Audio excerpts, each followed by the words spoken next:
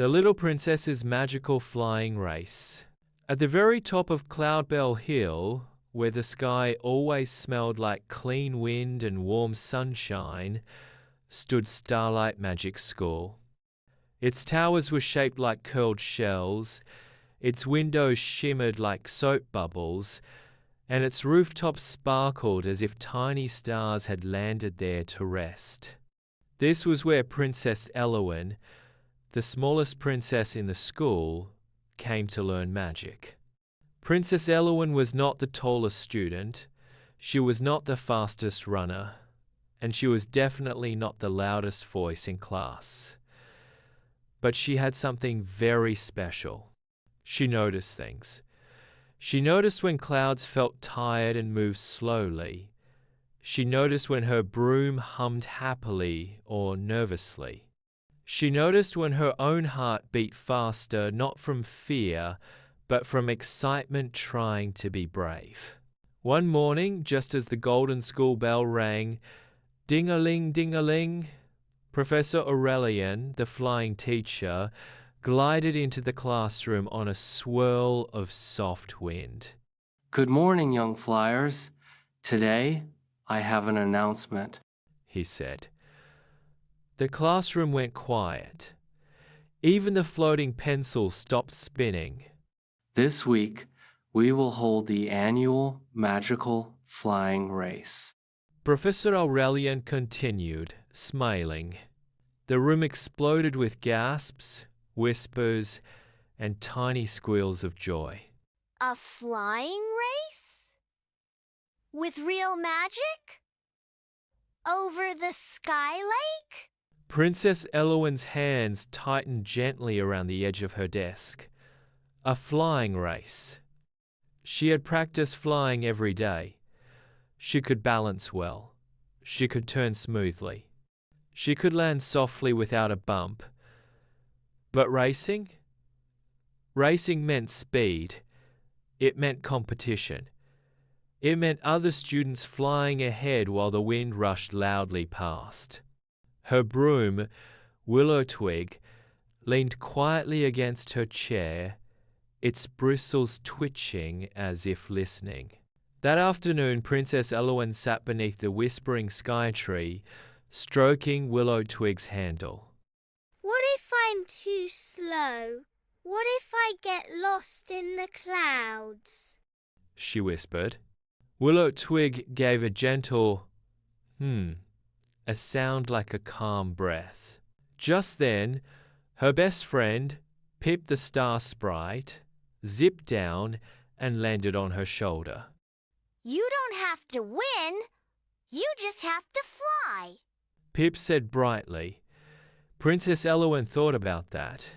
That evening, before bed, she practiced quietly in the open flying yard. She didn't rush.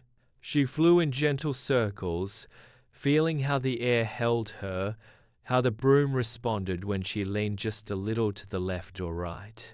Flying isn't about pushing, it's about listening, she murmured. The day of the race. The morning of the race arrived wrapped in blue sky and excited wind. Colourful banners floated between the towers. Cloud cushions gathered like soft seats for teachers and students.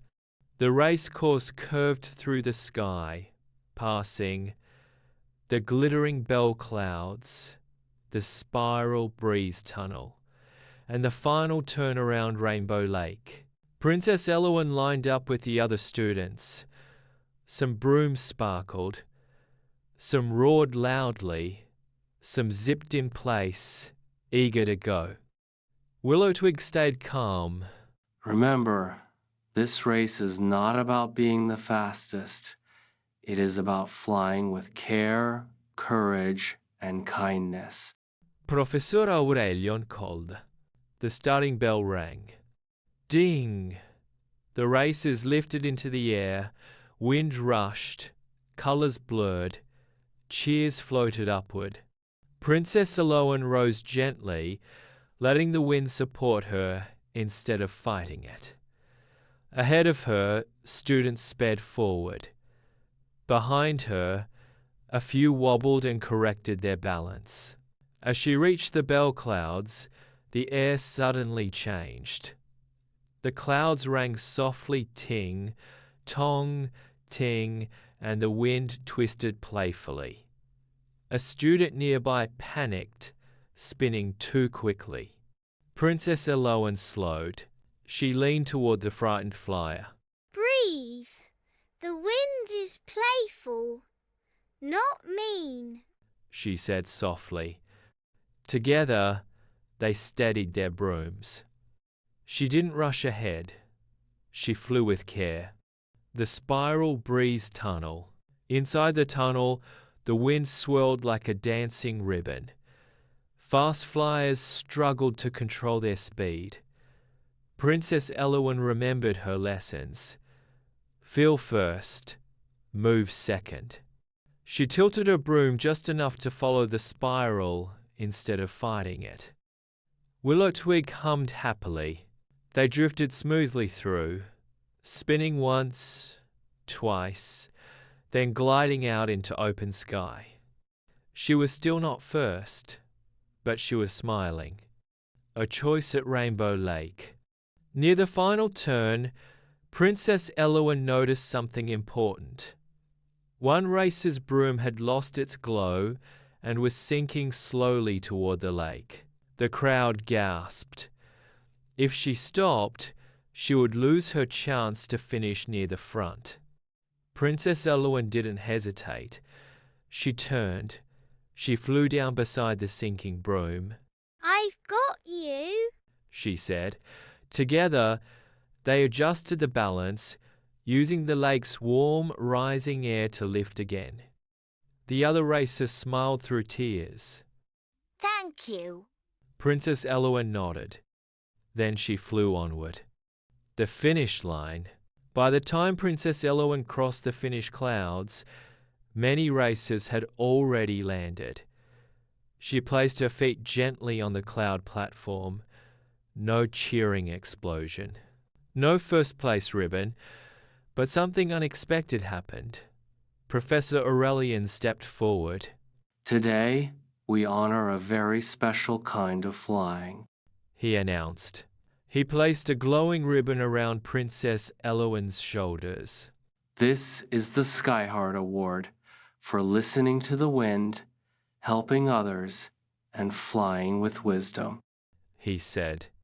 The crowd clapped softly at first, then louder.